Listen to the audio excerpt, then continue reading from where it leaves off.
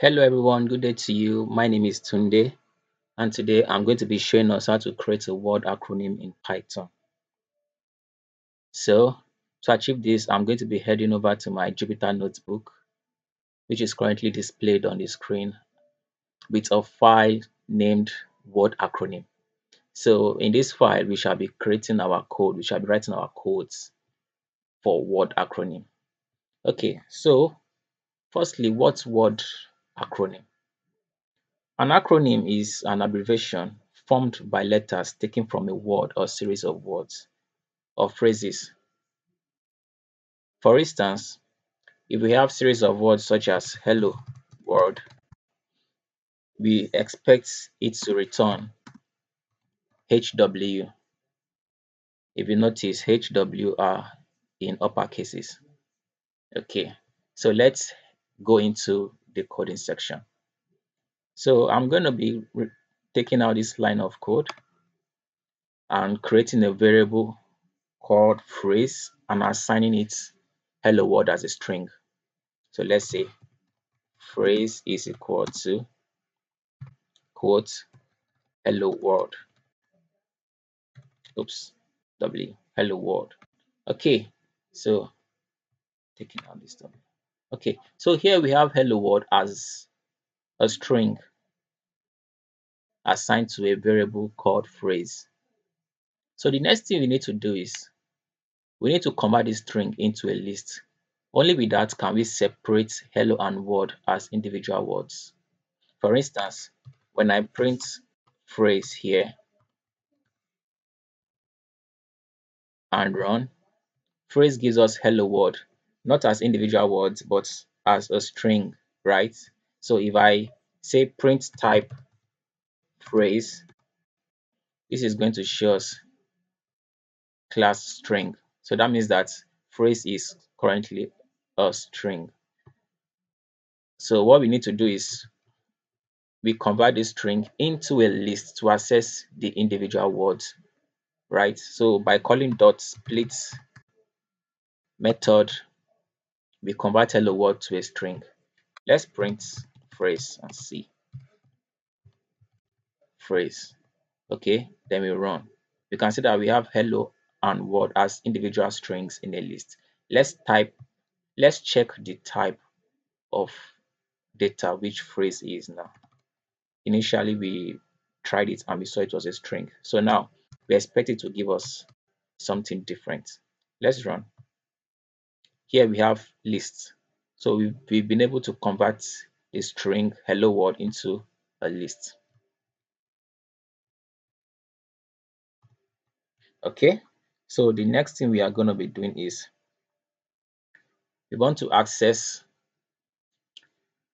the first letter of each of the words in our string. So what we are going to be doing is we take out this print statement, which we currently don't need. We only use it to display the values we need to know or we need to see. Okay, so to find or to get the individual letters of each word, what we need to do is we need to loop through the list using the for loop. We say for word in phrase colon enter. Let's print word first. So what is the individual item we have in the list? That's hello and word.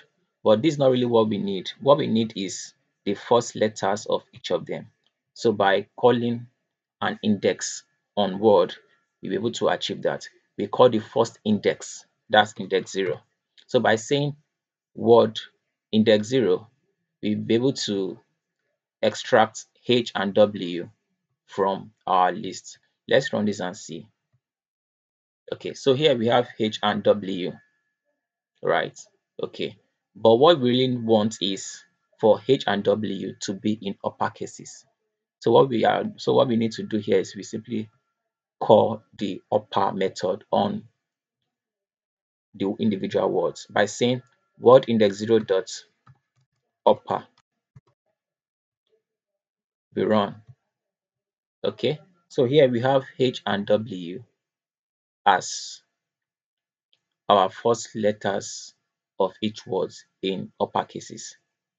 Now, the next thing we need to do is we want to put H and W to become a string, not individual items as a list anymore. So what we need to do is we create an empty string and we push each of them into the empty string. Okay, so we come to line 1, we click on enter, we declare a variable called acronym. Here we call it acron for short, and then we assign it an empty string. Also, note that when declaring your variables, you need to give them names that are descriptive so that you'll be able to recall when else you are trying to read your code, or when someone else is reading your code, he or she understands what the variable stands for. So here we use the word acron to signify acronym. You can equally use acronym. Okay, it's better we use acronym. Okay, so we come here to line 4. We really don't need these print statements anymore. Let's take it out. Let's assign word index 0 dot upper to a variable name called first letter. So first letter is the same, will give you, first letter gives us the same result as word index 0 dot upper, right? So what we need to do next is we need to attach the first letter of the first word to acronym. Then the loop runs for the second time. It attaches the first letter of the second word to the same acronym. How do we achieve that? Let's copy acronym. Come here, we paste it here. We say acronym is equal to acronym plus first letter. So what happens here? Since this is a for loop, this loop runs as long as the number of items in the variable is not exhausted, right? So here now we have 2 items in this variable called phrase, that's hello and word. So this loop should run twice, right? So now the first time the loop runs, it returns the first letter of the first word, which is H, and it attaches it to acronym, saves it here, H. Then it runs for the second time and it extracts the first letter of the second word, which is W. It updates it to acronym and saves as acronym and comes here. So here acronym is equal to HW. When we print acronym, we are expected to get H and W. Let's print acronym and see. Okay, then let's run. We have HW, right? Okay, so we are gradually progressing in this code. So let's consider a case where someone writes a phrase that contains of, because most of the time phrases that needs acronyms really don't, they contain of a lot of the time, and we don't expect the of to also have an acronym. So words such as, or phrases rather, such as power holding company of Nigeria. Now we can see that power holding company of Nigeria, it contains of, right? So this, when we run this, the acronym of this would not be PHCN, but rather it should be PHCON. Let's run it and see. We have PHCON. How do we deal with this? What we need to do is we replace of with an empty string, and that deals with that. So we come here, we say power holding company of Nigeria dot replace of with an empty string. So let's run this and see. Okay, so the off there has been dealt with. Now we have PHCN, right? Okay, so the next thing we need to consider is, what about a case where the user inputs Power Holding Company of Nigeria, but in this time around, off is in uppercase. Let's run this and see. We have PHCON. Okay, so the reason we are having this is because Python is a case sensitive programming language.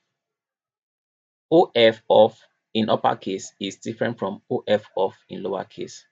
So OF off is not recognized as OF off in lowercase, right? So what we need to do is that we need to convert this entire string to uppercase and replace the uppercase of which will be returned eventually with an empty string. So what we need to do is we come here, we remove this dot upper, we cut it off, and we come here, we paste dot upper, and then also come here, we change this off in lowercase to off in uppercase. Now let's run. We have PHCN. Let me explain this line of let me explain this code once again. Here we say Power Holding Company of Nigeria is a string dot upper, that's converting it to uppercase. That means we've converted every string here to uppercase. And then this of either the user inputs OF in lowercase or OF in uppercase. The dot upper here, it automatically converts every string here to an uppercase. And then we replace the uppercase of with an empty string and we split into a list. Okay, so that's the way to deal with that. Now we shall be considering another case also, whereby you want to give the user the privilege to type in his own phrase, not necessarily commit to the code to input it. So we remove this string and replace it with input. Oh, sorry, input should not be in uppercase but in lowercase. So input dot upper dot replace of with string dot split. When we run this code, we are expected to get a prompt asking the user to insert his own phrase. So we run this, we get a prompt, right?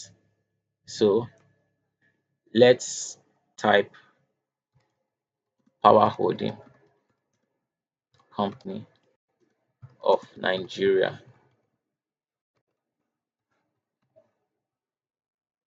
then enter. We have PHCN, right? So that has been dealt with.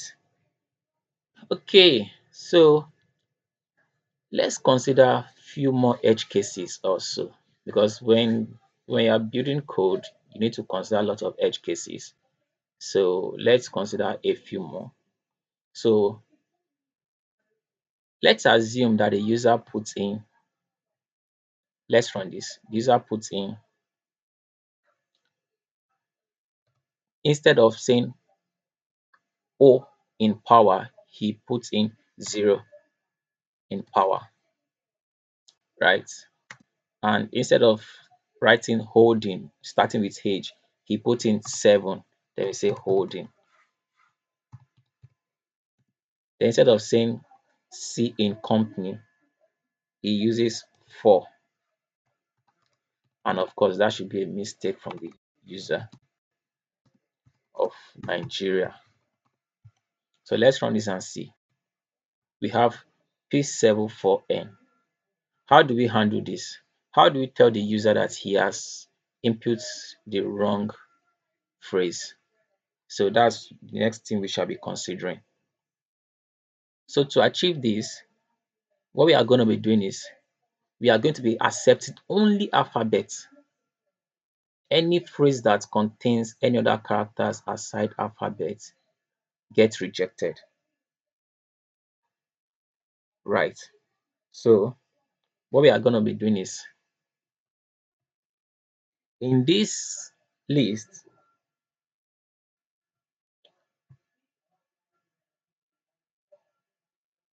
we are going to be taking out split from here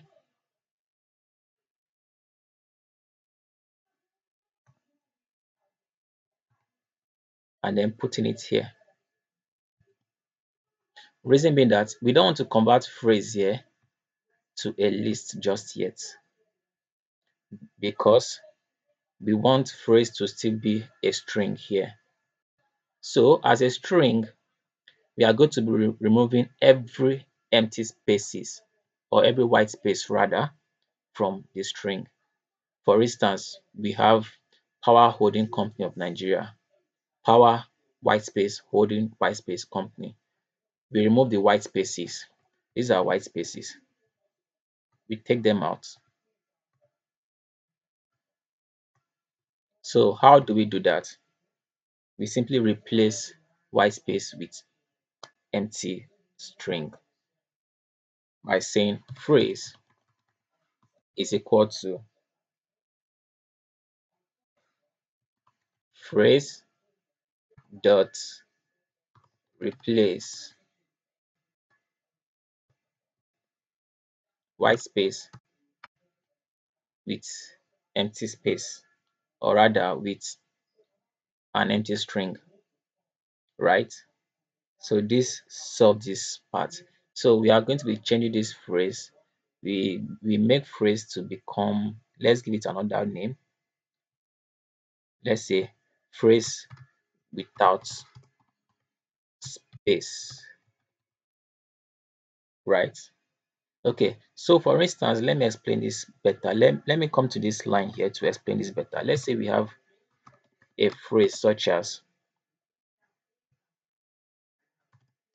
today is Tuesday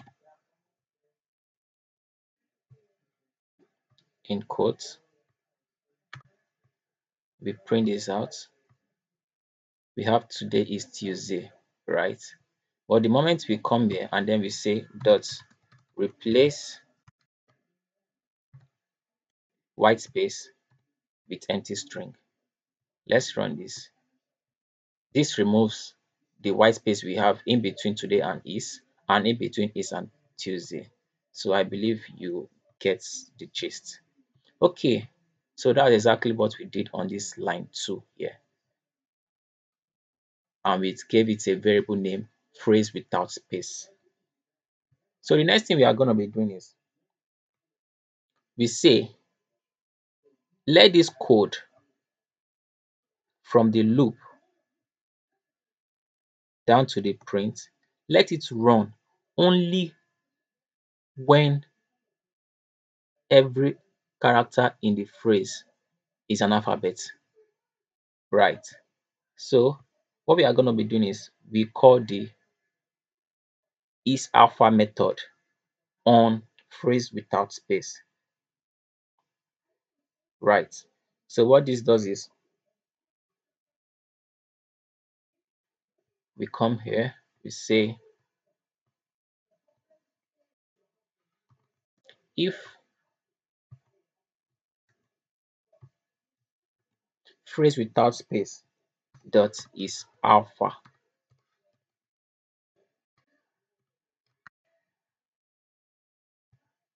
then we indent this part, right?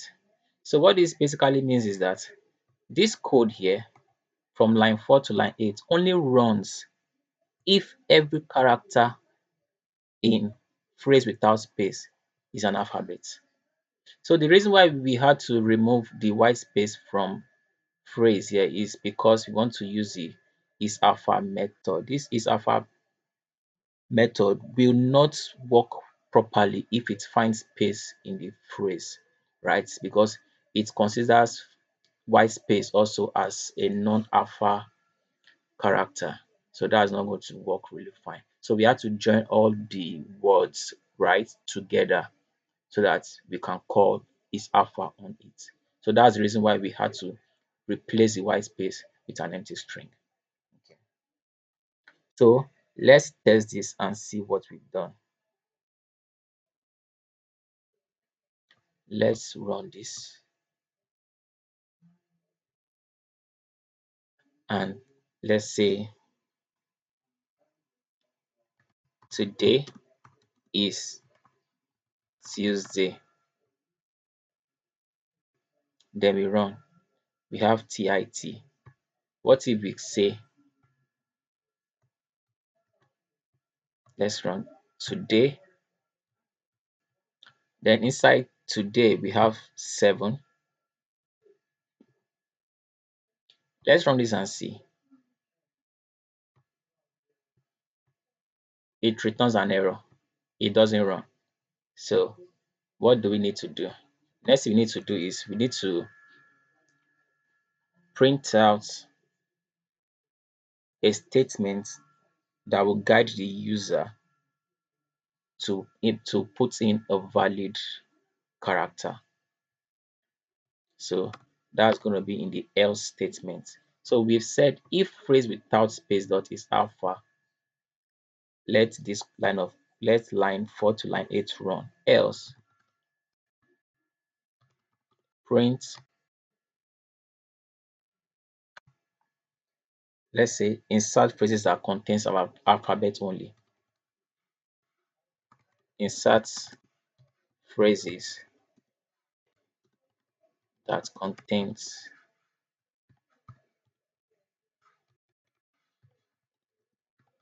alphabets only. Okay, so let's run this. Let's say Tuesday with 3 inside. Let's run this. Okay, enter. Okay, so here it says insert phrases that contains alphabets only. Now, what we've just done is what we call error handling, right? So error handling or exception handling. Now, we've been able to handle this aspects where the user puts in characters that are not alphabets, right? So let's make our print statement more descriptive. On line 1, we say input. Let's say input, enter a phrase. Enter a phrase, right? So let's test this and see. We run, enter a phrase. Today is Tuesday. Or better still, let's say we have as soon as possible. Enter ASAP, right? So we can still try to make the statement more descriptive by saying your phrase as soon as possible has an acronym ASAP. So depending on whichever way you want to do it, it all goes well. So we can choose to put this in a function. So when you put it in a function, what we'll be needing is whenever we call the function, this code block runs automatically. And how do we create a function? By saying, let's come here. By using the def keyword, we say def acronym.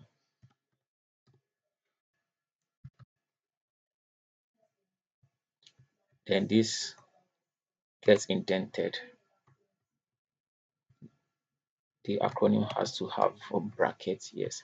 So when we run this, we are expected to have a prompt that asks for the user input.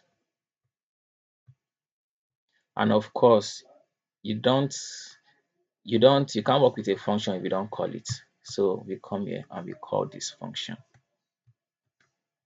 Let's call this function here. Let's run.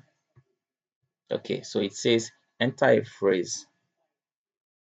So we say as soon as possible, ASAP. It returns ASAP. So we can also still come here and say the phrase.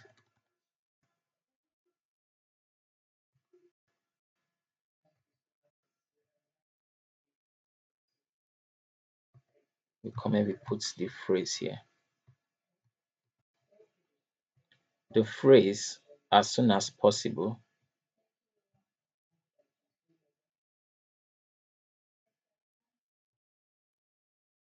Oh no, we are not supposed to put it here. Not here, sorry. Here rather. So we come here, we say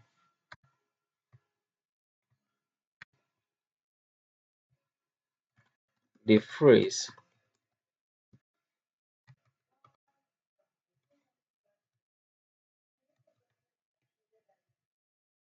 we copy this, we paste it here.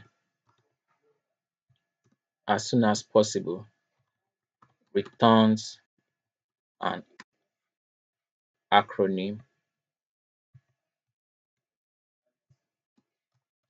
this. So let's run this and see what we've done. We run, then we call the function as soon as possible.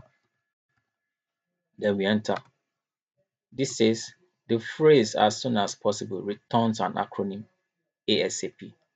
So what we did on this line 9 is what we call data injection.